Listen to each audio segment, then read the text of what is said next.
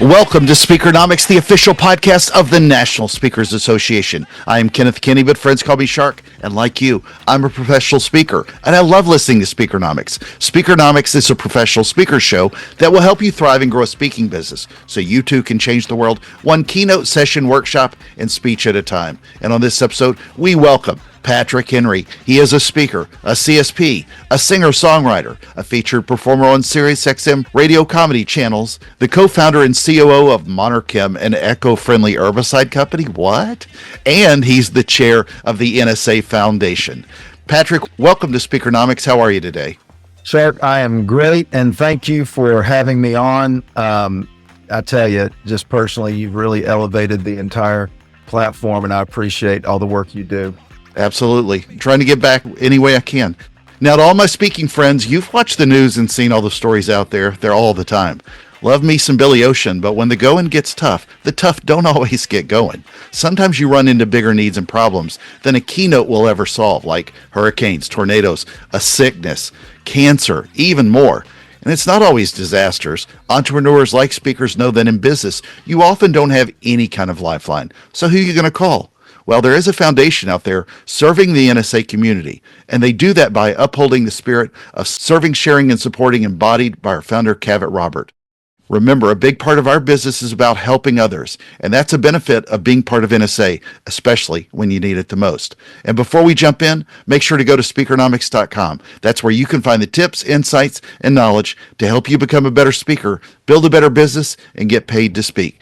Patrick, let's dive in. Tell us a little bit about what the NSA Foundation is. It's not only about disaster relief, even though that's sometimes what grips the headlines. There's also technology grants, benefit funds, and scholarships too. Who does this benefit, and why should we care? Well, I'm glad you asked that question. The foundation was started over 40 years ago. And the way it started was that there was a member who was in need. Actually, I'm not even sure he was a member. He was just part of the speaking community that was much smaller back then. And he reached out to some of his friends who happened to be all CPAEs and members of NSA. And he said, "Can you help me?" He had outlived his money. He was in his 90s. And so they didn't hesitate. They all pulled together about $10,000 out of their own pockets, and they gave it to him. When he passed away, his wife gave the money back out of the estate. And instead of putting that money back into their pocket, they started a foundation because they anticipated that there would be more of their friends in need throughout the years. And since that time, the foundation has grown into over $5 million. And so to answer your question, we serve our members. We serve our members through Professional Speakers Benefit Fund, which we're going to talk some about today. We have Disaster Relief Fund, which is also very relevant at this moment in time. We give scholarships to students who want to make the world a better place through the spoken word. Technology grants, that was started in honor of Art Berg, who was a member many years ago who passed away. And he's actually the driving force behind eSpeakers. And gosh, I know I'm leaving something out, but so anyway, there's a lot of facets of how the foundation gives. And now, at this moment in time, we're really seeing very publicly how the foundation is serving our members, because we've all experienced firsthand what can happen during natural disasters. In technology grants too. That was interesting. Yeah. So we identify a 501c3 foundation that uses technology to make the world a better place.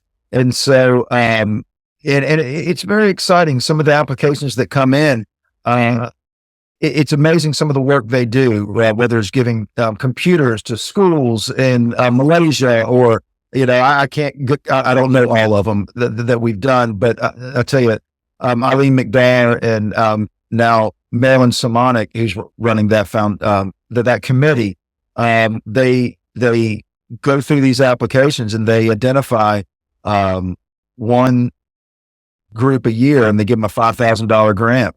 And it just makes me feel good that the foundation is starting to really, the outreach is expanding in very unique and meaningful ways. Well, ballpark idea, how much money are we talking about in giving back on, say, a regular basis? Well, I'll say last year we gave over $250,000, and majority of that was through Professional Speakers Benefit Fund. So, I mean, these are not insignificant numbers. Not at all. We've raised a lot of money. We give a lot of money, and that's the purpose of the foundation. It's not to hang on to it. It's to make sure that we are there for our members in need. And quite frankly, it's pretty unique. You know, most foundations don't. I mean, a lot of associations have a foundation that serves a particular charity, but as you know, being a speaker, sometimes we live on an island, and you know, in a nice homage to your background. And so, and it's times like this that we realize that we're not alone, that we do have a community that we can tap into. And the more we give to that community, the more we can receive from that community. Yeah. So what are the challenges you run into now the most? Is it getting the word out? Is it helping to disperse funds? Is it raising more money, or Dean, yes to all of those and more? No, we have very standardized processes in how we give money. And so giving money is not the problem. Getting the word out. A lot of people don't realize we have a foundation. And in times where throughout the years where we don't have these big natural disasters, you know, people may hear us ask for money and they're like, well, what's it going for? Is it going for scholarships? What is PSBF? How do you spell it? You know, so, but you know, one of the first things we do when a natural disaster is coming, if we see that a hurricane's on the horizon, or if we see that there's fires out west, we initiate volunteer members to start calling. We have a list of everybody in the affected areas. With Helene, there were 385 people that were in affected areas. Now, we're mainly focused on Florida. We didn't realize it was going to hit North Carolina the way it did. But so what Susan and I did was we took that list, we chopped it up into groups of about 20. We identified people and asked for volunteers to call. And we started just getting on the phone and making phone calls. And just so you know, we have something called the Disaster Relief Fund. And so let's say you're in an affected area and you experience some immediate loss, whether it's flooding, loss of power, you get a phone call, or if you apply on the NSA Foundation website, we can give you $1,000 and it'll be there almost immediately. And what's really surprised and pleased me is when I make these phone calls and I'll say, first thing I ask is, are you okay? And do you need some help? And I explain to them that we can give them $1,000 because if your power goes out, your refrigerator is all of a sudden spoiled. It could be $1,000, $500,000 to refill it. Or if you need hotel rooms, most people say, no, I'm fine. And we've never had anybody take advantage of that. And a lot of times people may feel bad about it. And I say, no, this is what we're here for. And so throughout these last few weeks, I've told people, let us help you. And so that's basically a no questions asked. But if there's more loss, and then you can go through an application process. Then there's a vetting process, and we do have rules in place. We don't give the maximum amount every time. Sometimes we have to say no, and it's quite frankly, it's heartbreaking too. But we have rules for a reason, because this is not just about giving money away. They have to qualify, and the purpose of it is not to make people whole. This is a bridge, and so this is a bridge to help you back into your business. And sometimes it's simply let us pay your membership for a year while you get back on your feet. And so Ron Carr is the chair of the PSBF, and he is very good about having those hard conversations. And sometimes it's devastating. You know, sometimes it's a medical issue. Sometimes it's disease, and I've not been able to work. Let us help you back. And so, and I tell you, I got to be honest, Shark, these last couple of weeks, I've never been more proud to be a part of the foundation, because these are some real world situations where we've been able to provide assistance. Yeah. And who in the world would have ever thought that East Tennessee and Western North Carolina would have been the epicenter for a hurricane? But that's been ground zero. And then Milton reminded everybody that we're back to normal and just taking over Florida. So That's right. That's right. But don't want to let them off too easy. But one of the things I remember as well is I texted Meredith Elliott Powell, our chair for NSA, to see how she was doing right after it hit. And granted, she was okay. And I heard she was standing on a porch saying, "Come on, bring it." exactly, she was in the Titanic pose. Yeah, but as anybody knows, I've been through hurricanes, lived through them, and lived through tornadoes as well. Been in storm cellars before, in shelters, as many people have. It's not just surviving that's a small part of it. Most of the time people survive. It's that oftentimes that psychological after effect, like you said, when your food spoils and you feel like the world is just, it's not going to stop falling on you. And that's one of the great things, is to just have that lifeline that a lot of people don't have in most forms of business. Sure. And I also want to make give a shout out to Val DeFord, one of our members, past board member. She and her son has a food truck. She lives in the Greensboro area. They packed up and they headed west, and they set up in a parking lot giving away free food. And it was just the most heartwarming sight, watching boots on the ground. And this had nothing to do with NSA. This just happens to be a wonderful NSA member who was, saw an opportunity to give, and she gave. And I love that woman. Yeah. And again, disasters consume so much of the news, but obviously things like cancer and things like that consume people, especially speakers or anybody, especially when they get older. You hear that often.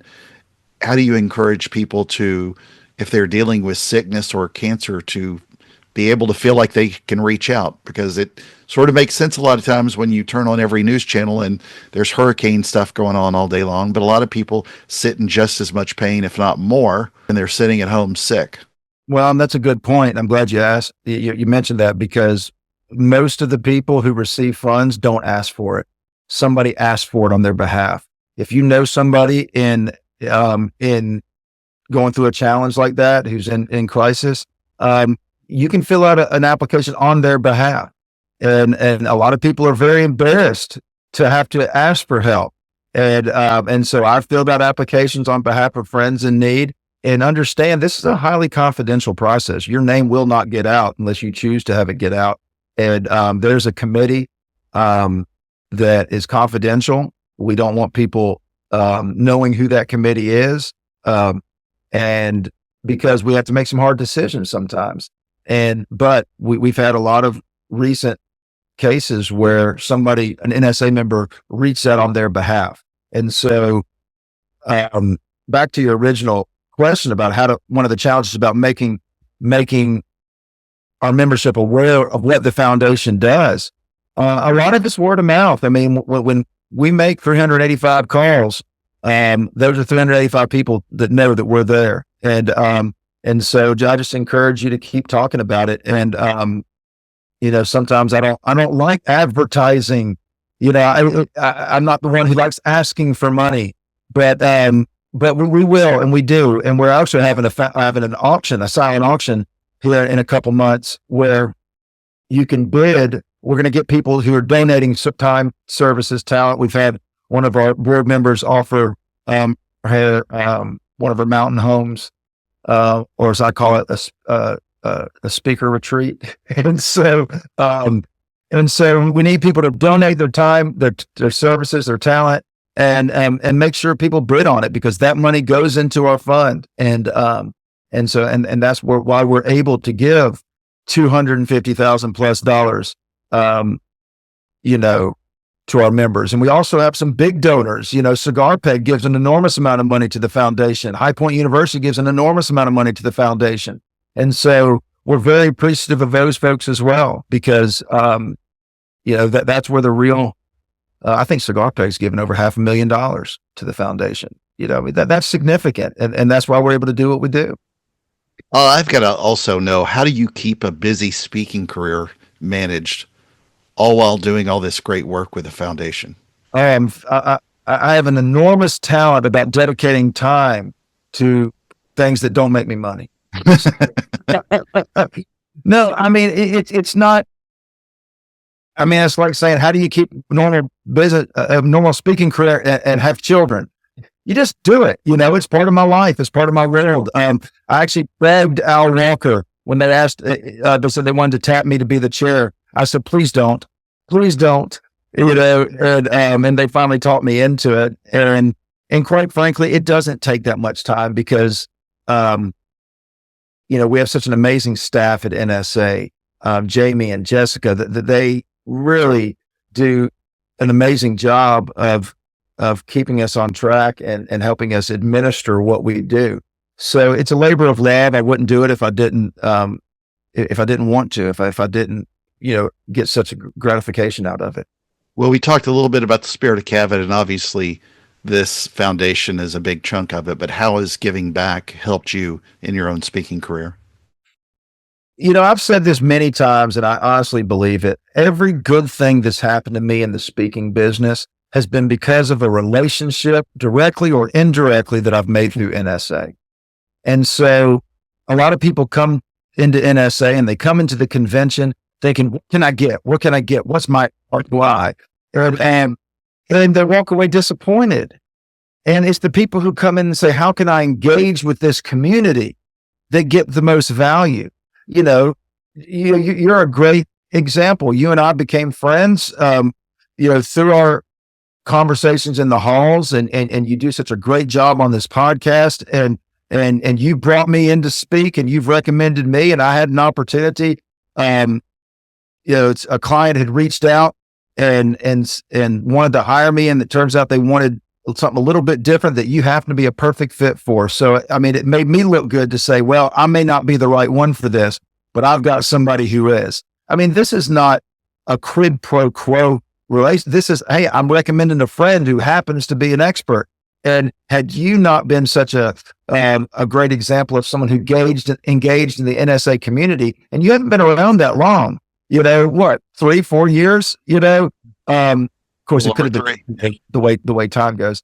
But were it not for your willingness to engage, you and I wouldn't have created that relationship. And I'm the same way. I mean, the more I give to this association, the more I get out of it, because it's not about, people are going to hate me saying it, it's not about the vault. It's not about, you know, the sessions. It's about the community, because there are thousands of people who have talent, they have insights, they have connections. And once we engage as a community, that's just going to generate itself, to, you know, replicate. And it's going to, I tell you, you're not going to get this from a boot camp. You know, I mean, you can't learn how to be a speaker in 3 days. And so this is a lifelong process. And the more we engage with our community, the more we're going to grow as individuals, as professionals, and as a community. Well, thank you, first of all. And second, as somebody that's hired you to speak, Patrick's a hell of a speaker, and he plays guitar. Really, even when he's really, really sick, he still killed it. So he still killed it for me, and he did not feel well at the time. So he did better than I did. All right, let's do a quick recap then, based on Patrick's foundational advice. Number one, learn about the NSA Foundation, not just so it can help you, but learn how we can help support and help others. Number two, a lot of people won't ask. If you see something, or in this case, see someone in need, say something. You can reach out and help those who need help, even when they don't want to ask. Number three, I was just talking to a super friend of mine who heard Patrick talking about the foundation while at an NSA event recently. She's a member who had a lot of surgeries and some tough medical issues, and she told me that when she saw him on stage, she said something to herself, I'm paraphrasing, she wasn't sure if she should give or fill out an application and receive. Well, despite her own needs, she gave. And that's such a great story about the spirit of giving. And I'm going to throw in a fourth. Normally, I ask a guest a question from a previous guest, and then I ask them to ask a question of a future guest. But let me ask you, all of the listeners out there, this question. How do you give back to our community? And would you consider giving to the NSA Foundation to help other listeners just like you? I hope you do.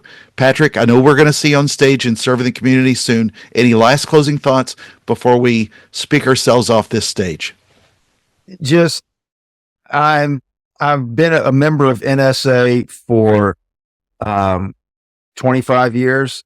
my first convention, I was 12 years old. I grew up in this business, not as just starting off as a speaker, but as the child of the speaker. And I would not consider missing a convention because this is my community. My best friends are speakers, and I want all of the listeners to just be able to say the same thing. And the way to do that is to come to convention, engage in the community, and come to the foundation events on Sunday night, because it's a great time. It's a great way to connect and to serve. And so thank everybody who's given in the past and who will give in the future. And let's just keep going forward in this wonderful business. Friends, make sure to join us at Speakernomics.com and let your voice be heard. And to find out more about this amazing foundation and give, go to NSA Foundation.org. I am Kenneth Kinney, your host of the National Speakers Association's podcast, Speakernomics. And this has been another fantastic episode of the show. Thank you, Patrick, for your service to the foundation, and for being an amazing part of NSA, and for lending your advice to the show. And everyone listening, thank you for the privilege of your time. And remember, Speakernomics is a podcast where you'll learn to speak, get paid, repeat.